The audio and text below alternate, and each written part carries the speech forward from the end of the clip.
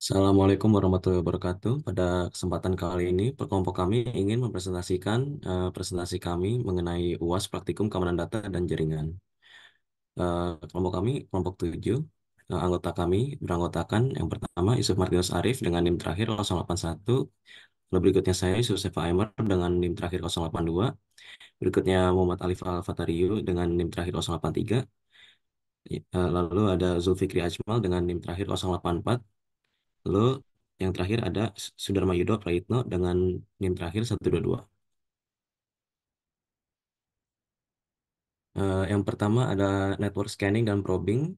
Studi kasus perusahaan XYZ ingin meningkatkan keamanan jaringannya. Mereka meminta tim keamanan untuk melakukan pemetaan jaringan dan mengidentifikasi port-port yang terbuka. Yang pertama, gunakan Nmap untuk melakukan scanning pada jaringan perusahaan XYZ. Kedua, identifikasi layanan yang berjalan pada setiap port yang terbuka, lalu berikan rekomendasi layanan mana saja yang sebaiknya ditutup atau dikonfigurasi ulang untuk meningkatkan keamanan jaringan. Yang pertama yang kita lakukan adalah apt get install nmap. Yes, di sini kita menginstal nmap. Lalu di-scan dengan menggunakan nmap dengan sudo nmap ss a 192.168.1.2. Dari sini terlihat bahwa port yang terbuka ada port 21, 22, dan 80. Service yang berada pada port tersebut adalah FTP, SSH, dan HTTP. Nah, scan dengan menggunakan nama menunjukkan layanan yang digunakan pada server menggunakan FTP, SSH, dan HTTP. Port 21 FTP sebaiknya ditutup sebab protokol FTP kurang bahkan tidak aman dan rentan terhadap serangan. Alternatifnya, gunakan protokol yang lebih aman seperti FTPS atau SFTP. Lalu port 22, nah SSH direkomendasikan untuk tidak ditutup karena SSH merupakan protokol yang cukup penting untuk memiliki akses ke server yang aman. Untuk meningkatkan keamanan dapat dibuat logging dan firewall. Port HTTP sebaiknya tidak ditutup apabila memiliki situs web yang berjalan pada port tersebut. Untuk menjaga akses port tanpa menutup port tersebut, dapat menggunakan HTTPS dan firewall web.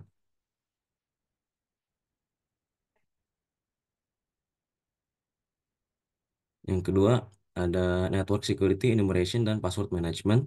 Universitas ABSC mengalami beberapa percobaan akses ilegal ke server mereka. Mereka membutuhkan solusi untuk memperkuat manajemen password dan enumerasi jaringan. Yang pertama, gunakan OpenFast untuk melakukan enumerasi jaringan dan mengidentifikasi potensi celah keamanan. Lalu, buat kebijakan manajemen password yang lebih ketat, termasuk penggunaan salt dan hash yang lebih aman. Tiga, implementasikan kebijakan tersebut dan uji keefektifannya. Yang pertama, menginstalasi OpenFast pada Debian menggunakan GitHub, lalu di OpenFast-nya menggunakan sh openfast underscore install titik sh. Lalu pada enumerasi, membuat task baru, lalu klik icon play untuk melakukan scanningnya. Dan dari scan tersebut, dapat dilihat ancaman yang didapatkan dari hasil enumerasi adalah layanan FTP eh, di host memiliki celah untuk login tanpa enkripsi, dan SSH mengizinkan algoritma MAC yang lemah. Untuk kedua ancaman tersebut, solusi yang dapat dilakukan adalah aktifkan FTPS atau memaksa koneksi dengan perintah out-TLS. Dan untuk SSH, dapat menonaktifkan MAC yang lemah, serta untuk TCP-nya dapat dinonaktifkan timestamp jika memungkinkan. OpenFast menggunakan algoritma hash MD5 secara default untuk menyimpan kata sandi yang dihash. MD5 dianggap tidak aman karena mudah dipecahkan dengan serangan brute force. Oleh karena itu, penting untuk menggunakan algoritma hash yang lebih kuat seperti bcrypt atau script. Untuk meningkatkan keamanan kata sandi yang disimpan di OpenFast, kita perlu mengedit file konfigurasi OpenFast dan merubah baris MD5 salt dan MD5 mask. Yang pertama dibuka dengan sudo nano etc openfast.conf. Lalu MD5 saltland diubah menjadi 32, MD5 passland diubah menjadi 128. Setelah itu restart OpenFast lalu membuat user baru dengan menemukan strip H di akhir untuk menggunakan bcrypt untuk hashing kata sandi. Itu merupakan masuk ke topik yaitu Instruction Detection System atau IDS. Jadi dia dari studi kasus yaitu Bank DF ingin mengimplementasikan sistem deteksi intrusi untuk mendeteksi aktivitas mencurigakan di jaringannya. Jadi untuk poin-poin yang menjadi pembahasan utamanya yaitu yang pertama menginstal dan konfigurasi Tripwire sebagai IDS di jaringan Bank DF. Yang kedua, monitor dan catat setiap aktivitas yang mencurigakan. Dan yang ketiga, memberikan laporan berkala dan rekomendasi untuk meningkatkan konfigurasi IDS. Baik untuk tahap instalasi dan konfigurasi. Jadi pada tahap instalasinya yaitu kita menggunakan sintaks yaitu apt get install tripwire. Lalu apabila terjadi error, yaitu akan muncul sebuah pesan kesalahan saat proses penginstalan, maka akan diarahkan ke dialog box untuk memasukkan password. Lalu tekan OK. Lalu eh, pada tahap proses inisialisasinya itu, kita menggunakan perintah tripwire min init. Jadi, perintah ini itu digunakan untuk menginisialisasi database dan terjadi beberapa output yang menampilkan warning file system error yang dimana Tripwire mencoba memeriksa integritas file atau direktori yang terdaftar dalam file kebijakan, tetapi tidak menemukannya di sistem. Lalu, kita juga dapat mengecek uh, integrity-nya dengan perintah Tripwire min check. Jadi, dia akan eh, maaf dengan perintah tripwire min check more untuk melakukan pengecekan. Lalu eh, maka akan muncul yaitu sebuah pengecekan yang telah dilakukan dengan perintah tripwire sebelumnya yaitu tripwire min check more. Lalu kita melakukan konfigurasi tambahan pada file etc tripwire txt new. Jadi file ini merupakan file konfigurasi yang akan digunakan oleh Tripwire. Lalu tahap selanjutnya itu kita akan melakukan pengujian Tripwire itu sendiri. Jadi tahap pertama kita akan eh, melakukan telnet. Jadi telnet itu merupakan program yang memungkinkan pengguna untuk membuat sesi berjangkar jauh berbasis teks ke komputer lain.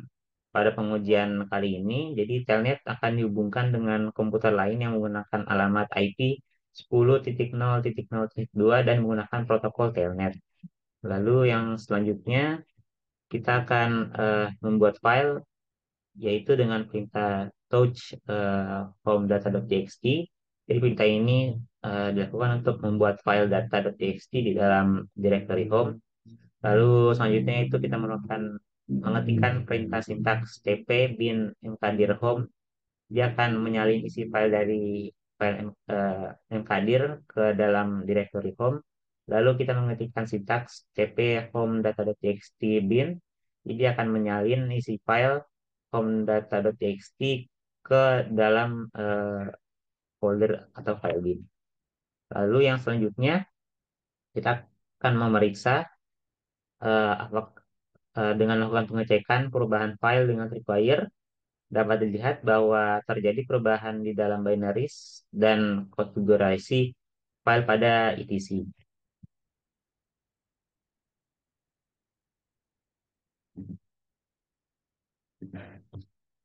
Lalu yang selanjutnya itu kita akan membuat file baru bernama data.txt pada directory root.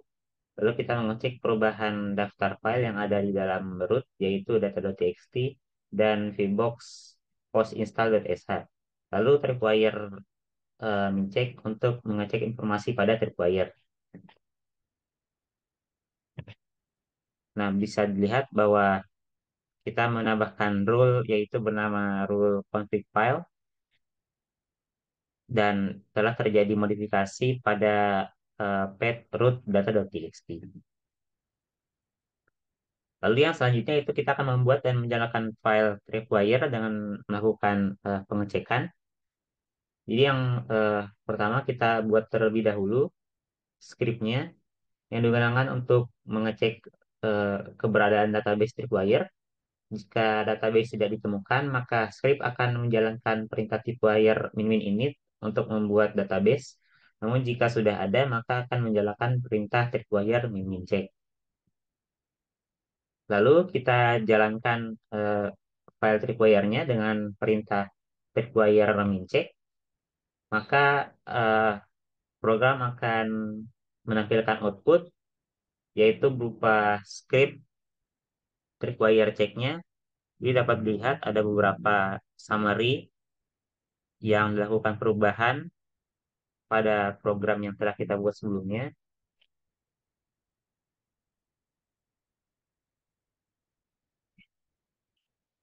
Kemudian yang selanjutnya itu merupakan eh, materi dari symmetric cryptography dengan studi kasus perubahan EFG mengirimkan data sensitif antar departemen dan ingin menggunakan kriptografi simetris untuk melindungi data tersebut. Jadi beberapa poin yang akan dinilai itu yang pertama ada bila algoritma kriptografi simetris sesuai. Yang kedua ada implementasikan enkripsi dan dekripsi data menggunakan algoritma tersebut. Dan yang ketiga itu membuat skenario transfer data yang aman antar departemen dan demonstrasikan proses enkripsi dan dekripsi. Ya, next. Baik untuk menentukan algoritmanya itu sendiri kita menggunakan algoritma AES atau Advanced Encryption Standard untuk enkripsi dan enkripsinya. Jadi dapat dilihat pada program di sebelah kiri gambar. Jadi program ini itu eh, dibuat dengan menggunakan library kriptografi menggunakan bahasa pemrograman Python. Jadi pada program ini terdapat ada dua function yang utama yaitu ada encrypt data dan juga ada decrypt data. Yang pertama ada function encrypt data. Jadi function ini menghasilkan initialization vector atau IP yang acak untuk memastikan bahwa setiap enkripsi itu unik bahkan jika plaintext-nya itu sama. Habis itu kemudian data asli atau plaintext di padding untuk memastikan panjangnya sesuai dengan ukuran blok AES. Setelah itu, data tersebut dienkripsi menggunakan kunci acak yang dihasilkan dan hasilnya dikombinasikan dengan IP untuk membentuk ciphertext akhir.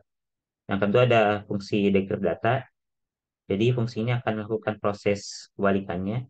Dia akan mengambil IP dari ciphertext yang diberikan dan menggunakan kunci yang sama untuk mendekripsi data tersebut.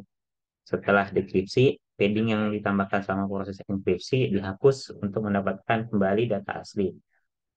Program ini juga mencakup contoh penggunaan di mana kunci acak 32 byte dibuat dan sebuah string plaintext dienkripsi dan kemudian dienkripsi untuk menunjukkan bahwa data asli dapat dipulihkan setelah proses enkripsi dekripsi. Ini menunjukkan bagaimana data sensitif dapat dilindungi saat dikirimkan antar departemen dalam perusahaan dengan memastikan bahwa hanya pihak yang memiliki kunci yang benar yang dapat membaca data tersebut. Jadi next.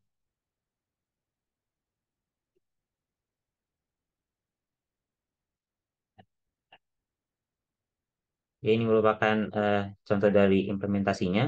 Jadi ketika program dijalankan, maka user akan diminta untuk menginputkan data dari plaintext yang ingin dienkripsi. Lalu program akan secara otomatis mengenkripsi plaintext tersebut sepanjang 32 byte. Lalu ditampilkan juga pesan yang telah dienkripsi yang diinputkan oleh user. Ya, next.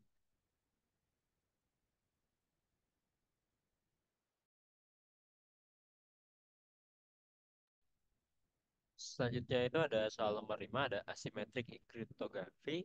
Pertama, gunakan JNU-PG untuk menghasilkan kunci publik dan private. Yang kedua, implementasikan tanda tangan digital pada dokumen penting. Yang ketiga, ada verifikasi tanda tangan digital tersebut menggunakan kunci publik.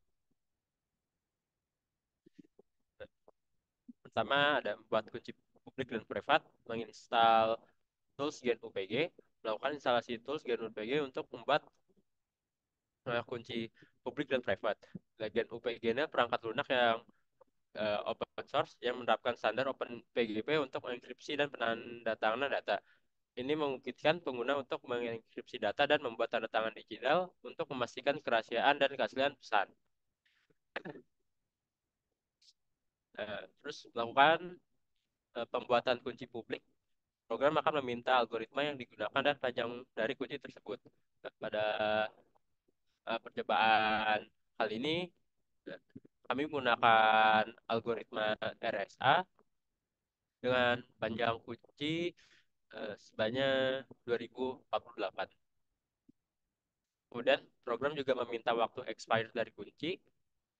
Nah, pada percobaan kali ini kami hanya eh, nyeting waktu expired itu hanya 1 hari. Dan di kanan yang paling akhir, tampilan setelah kunci public dan private, ada hasilnya public and secret key, greater and silent. Publiknya RSA 2048 dengan tanggal pembuatan dan tanggal expirednya. Next.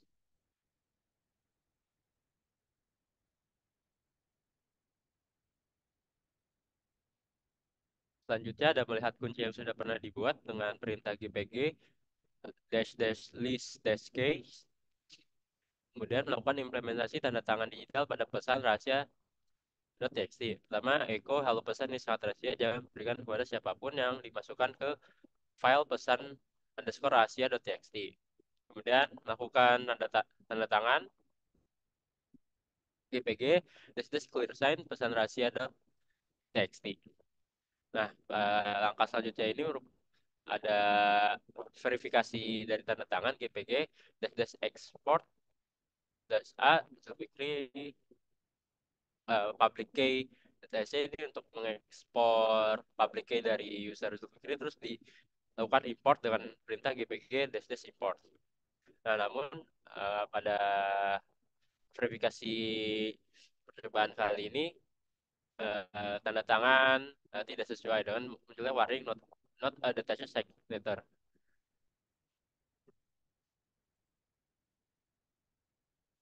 Nah, ini dengan perintah yang lain, GPG dash dash sign tanpa keyword clear seperti sebelumnya dengan file yang sama pesan underscore rahasia.txt terus melakukan verify GPG dash dash verify pesan rahasia.txt GPG. Nah, pada percobaan kali ini eh, kunci yang digunakan sesuai, tidak ada pesan warning yang keluar pada saat melakukan verifikasi pada file. Saja adalah percobaan penggunaan port sentry dan honeypot. Install dan konfigurasi port sentry untuk mendeteksi dan merespon percobaan akses tidak sah. Yang kedua, pasang honeypot dan simulasikan beberapa serangan untuk mengumpulkan data. Dan yang terakhir, analisis data serangan dan berikan laporan tentang pola dan tren serangan.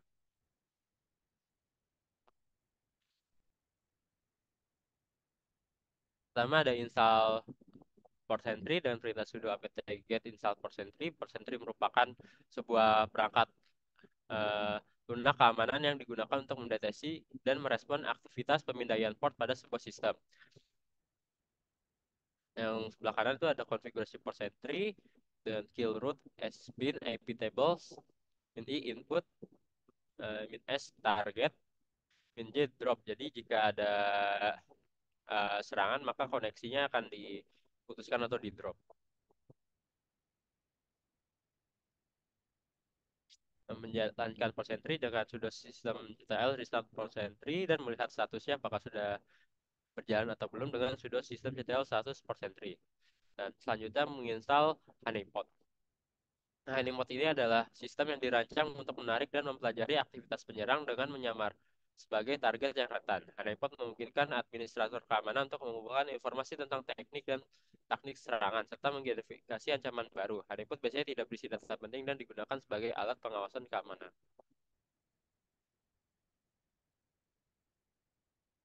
Lakukan setup environment. Sini membuat directory untuk library Cori, dan Cori ini merupakan salah satu dari honeypot. Empower membuat sebuah virtual environment, terus melakukan clone Cori pada repository GitHub, git clone, https github.com cori.git, dan selanjutnya masuk ke directory Cori dan menginstal library atau tools yang diperlukan agar Cori dapat berjalan dengan baik.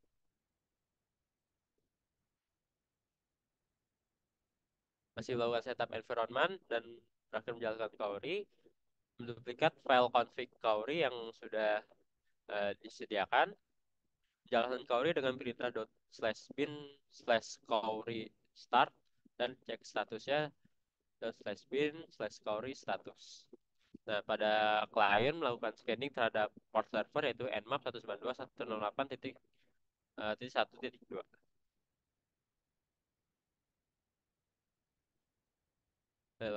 Lalu melakukan instalasi tools fail to ban. Nah, fail to ban ini perangkat lunak keamanan yang membantu melindungi sistem dari serangan brute force dan berbagai upaya peretasan lainnya. Library ini memonitor log file seperti log autentikasi untuk mendeteksi pola serangan berulang seperti percobaan login yang gagal. Dan ketika mendeteksi aktivitas mencurigakan, fail to ban dapat memblokir alamat IP penjara untuk jangka waktu yang bisa kita tentukan sendiri. Nah, berikut ada instalasi fail to ban, apt-get install fail to ban.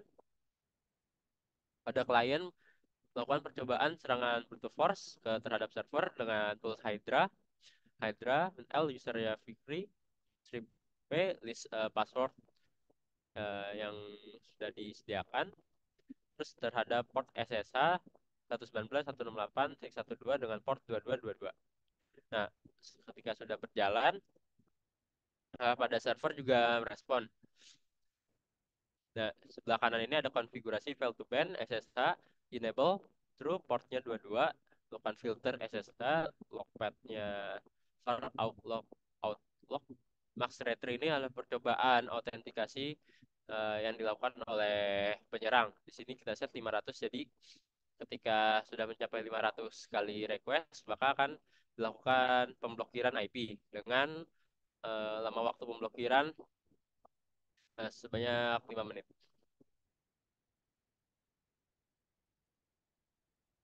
Nah, ini adalah kondisi pada port entry, mendeteksi adanya attack alert dari host 192.168.22.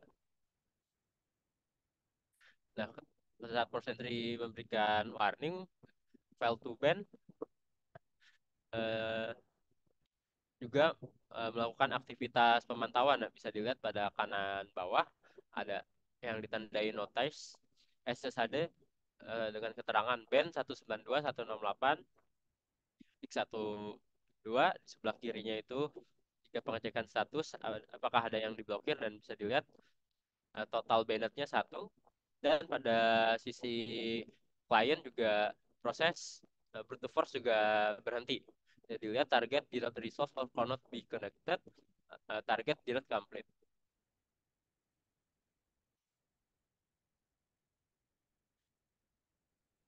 Analisis data serangan dan berikan laporan tentang pola dan tren serangan. Nah, percobaan terhadap server honeypot ternyata tidak merekam serangan yang terjadi, namun terdeteksi pada port sentry. Port sentry memberikan warning atau alert akibat dari serangan brute force untuk crack password user pada server. Dan serangan adalah dengan percobaan menghubungkan koneksi dari IP 192.168.22 ke server dengan tools Hydra. Serangan dilakukan dengan beberapa sesi, setiap sesi melakukan beberapa percobaan. Tool fail to ban sukses memblokir IP dari klien.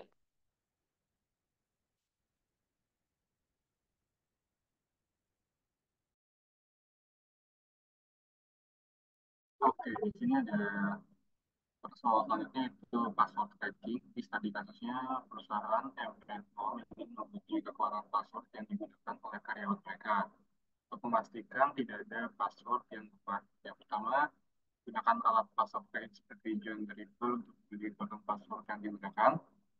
Yang kedua, analisis hasil dan identifikasi password yang lemah. Dan yang terakhir, buat rekomendasi untuk meningkatkan kebijakan pembuatan password di perusahaan. Boleh di next.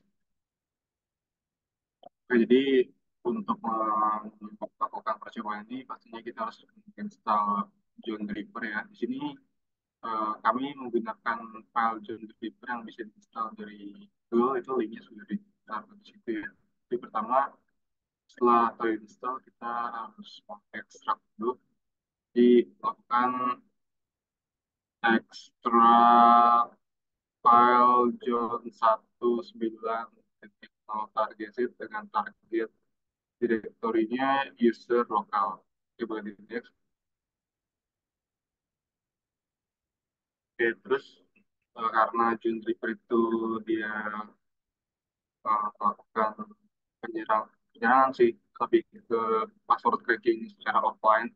Jadi di user yang sama kita membuat, maksudnya di device yang sama kita membuat satu user baru, dua user baru. Yang pertama itu nama usernya itu ini user pintar. Jadi passwordnya itu A5 KMPPK2 PPBP4 5K dasar ini, itu dia membuat password yang susah untuk di-hack.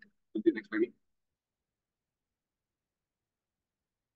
Lalu kita membuat password yang kedua, password yang kedua. Kita membuat yang kedua, jadi di user kedua ini nama usernya itu ini user kurang pintar. Jadi di sini dia hanya menuliskan 1 2 3 4 5 6 7 8 pada passwordnya.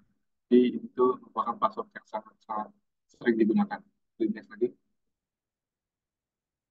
Nah, jadi proses untuk penggunaan JonDriver itu pastinya kita mengecek dulu nih menggunakan etc.passwd. Nah, di sini dia bakalan ngasih tahu ada berapa sih user yang ada di komputer ini.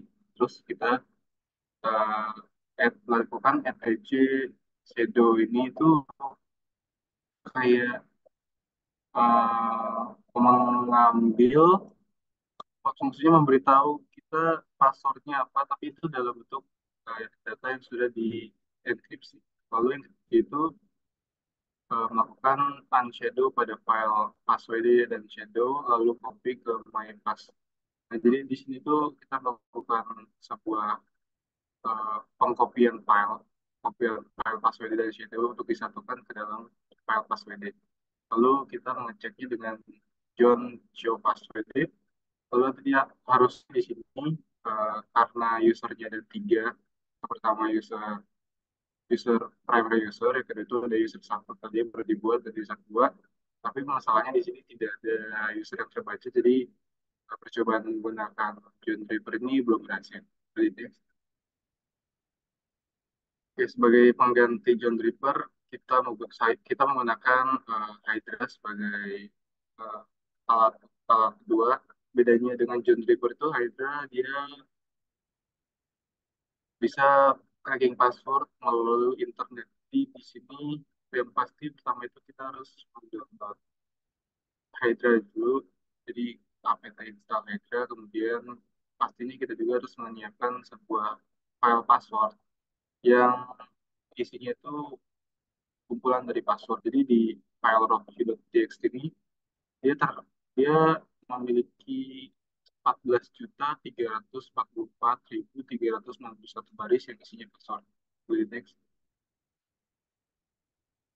Jadi pertama kita bikin user satu dulu, tapi beda dari John Draper. Kan John Draper tadi dia bikin passwordnya di lokal, nah, sedangkan di saat menggunakan si Hydra ini kita bikin passwordnya, bikin usernya itu di alamat IP yang lain. Jadi kita pertama bikin user, namanya tuh nama usernya bed password. Nah di sini passwordnya itu masih sama 1 3 4 5 6 7 8 dengan IP dari si user ini adalah 192.168.156 dan 100.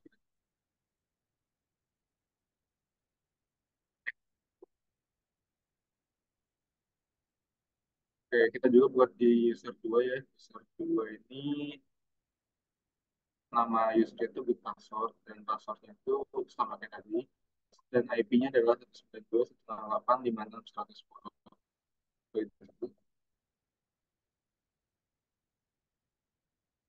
Jadi di sini dari klien itu kita bisa melakukan penyerangan, maksudnya kayak password tracking ke user satu dan user dua tadi yang sudah kita buat dengan, tapi kita harus mengetahui dulu nih nama usernya apa dan IP itu berapa. Jadi dan juga sebelum melakukan password tracking kita juga harus memastikan bahwa kita itu di pet, kan gitu di pet sih, kita harus tahu file kumpulan password itu yang benar agar kita bisa melakukan password tracking dengan file tersebut.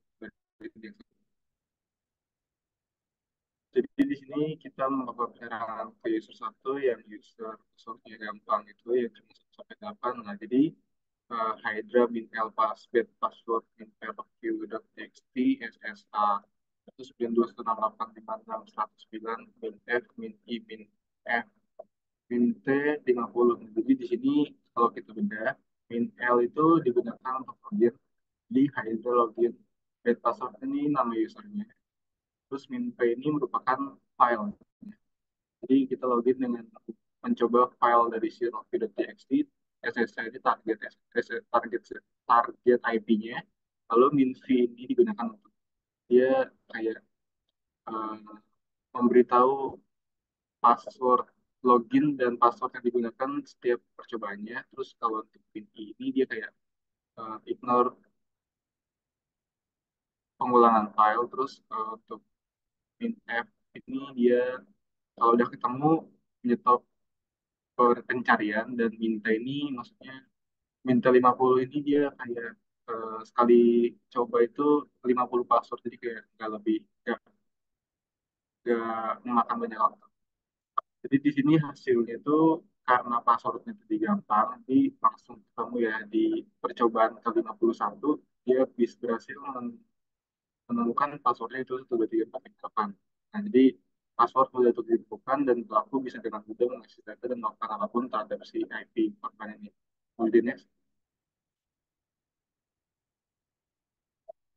Nah, jadi eh, kita coba karena kita sudah bisa masuk nih di menggunakan SSH ke user base password dengan IP 192.168.5.609. Di sini kita coba untuk melakukan pembuatan TXT, yaitu touch serahkan uang Anda. Di sini kayak kita bikin file barulah di IP tersebut. Kemudian next.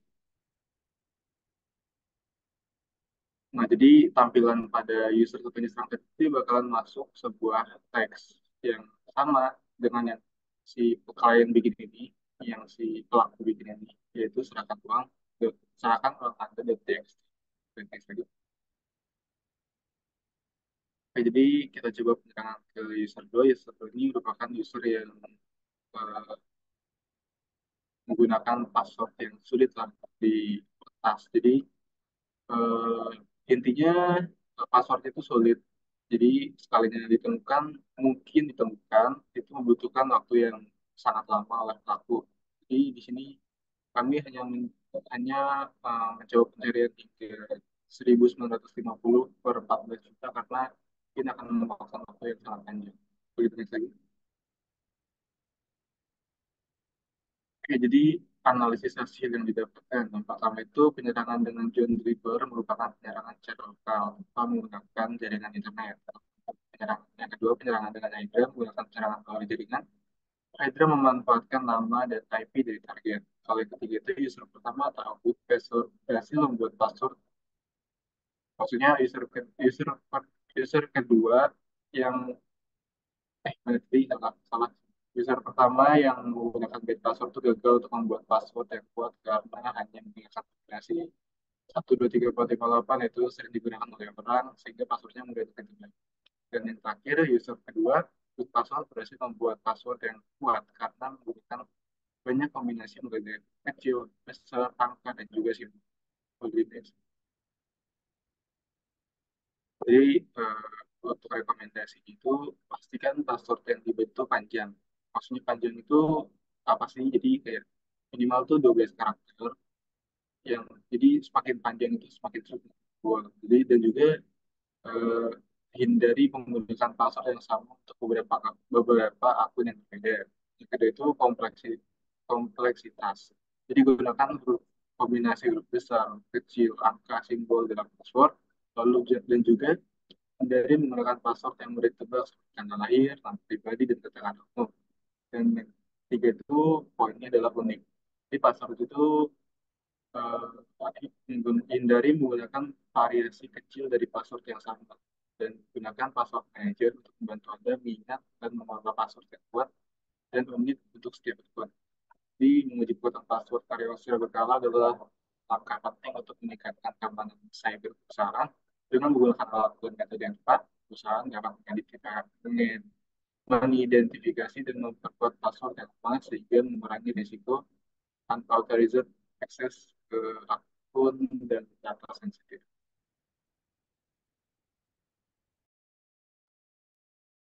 Oke, kemudian di sini terdapat komprehensif network security assessment, yang dimana perusahaan PQR sedang mengalami peningkatan aktivitas mencurigakan di jaringan internalnya.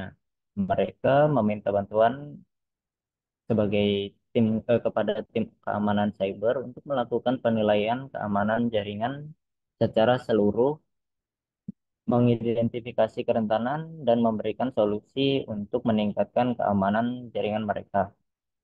Yang dimana pertama kita menggunakan OpenPath untuk melakukan penilaian kerentanan pada jaringan. Kedua, menggunakan John Repeater untuk menguji kekuatan password yang digunakan oleh karyawan perusahaan. Ketiga, install dan konfigurasi Snort sebagai sistem deteksi intrusi untuk monitor dan menganalisis lalu lintas jaringan secara real time. Boleh di next. Nah, di sini eh, pertama kita harus instalasi OpenText, yang dimana kita menggunakan perintah sudo apt install OpenText, yang dimana di situ eh, kita bakal instalasi juga GVM.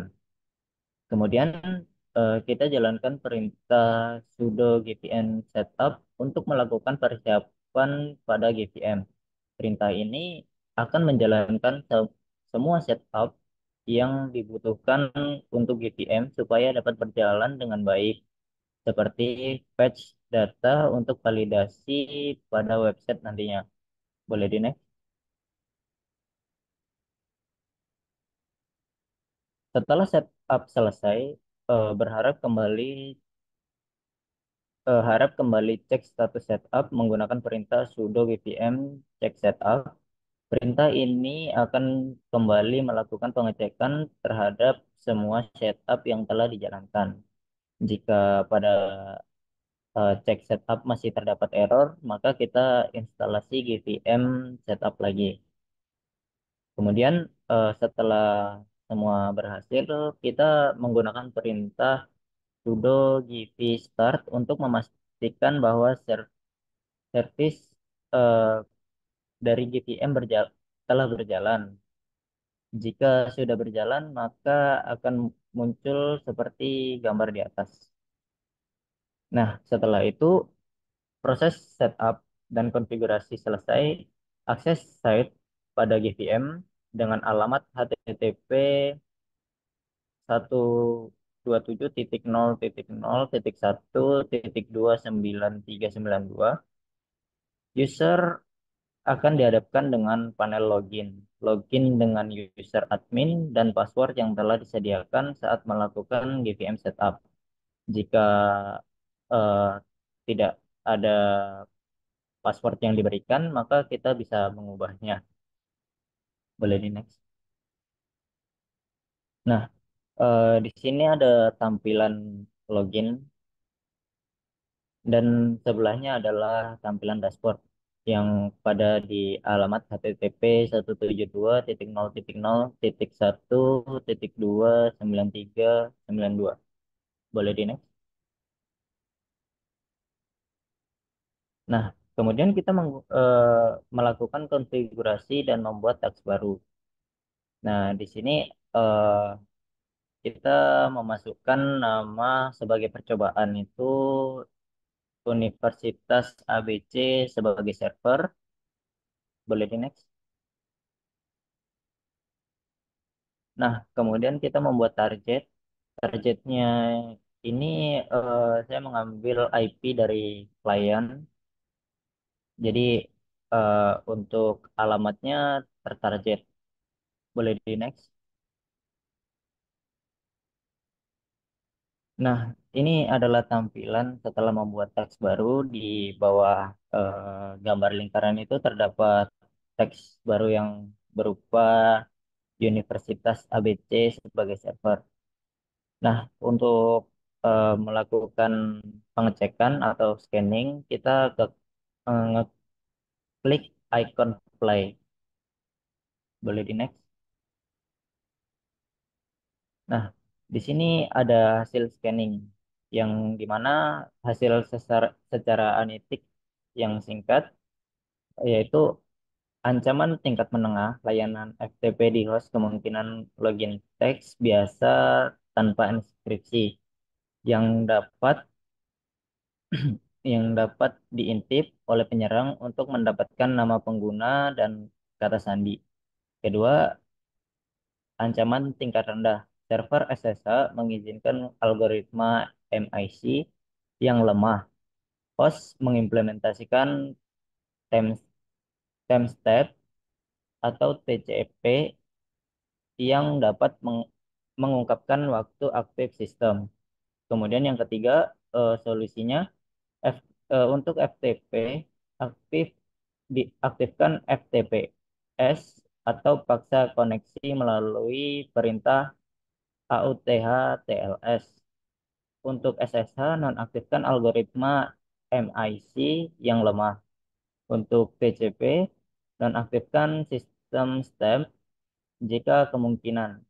Analitik di atas dihasilkan secara otomatis dari OpenPath dan dipersingkat tanpa mengurangi informasi yang dibutuhkan. Boleh di next? Nah, kemudian kita instalasi Zone Repeater yang dimana kita mengambil dari website. Kemudian eh, kita melakukan ekstrak file zone-nya dengan target directory USR lokal. Boleh di next? Nah, kemudian di sini kita membuat user yang dimana kita membuat user satu dengan password Nusantara 5 atau dengan password menengah. Oke, boleh di next. Nah, kemudian kita membuat user 2 yang di sini terdapat passwordnya yang simple yaitu 1234567 8 dan di sini adalah password yang rentan atau rendah. Boleh di next.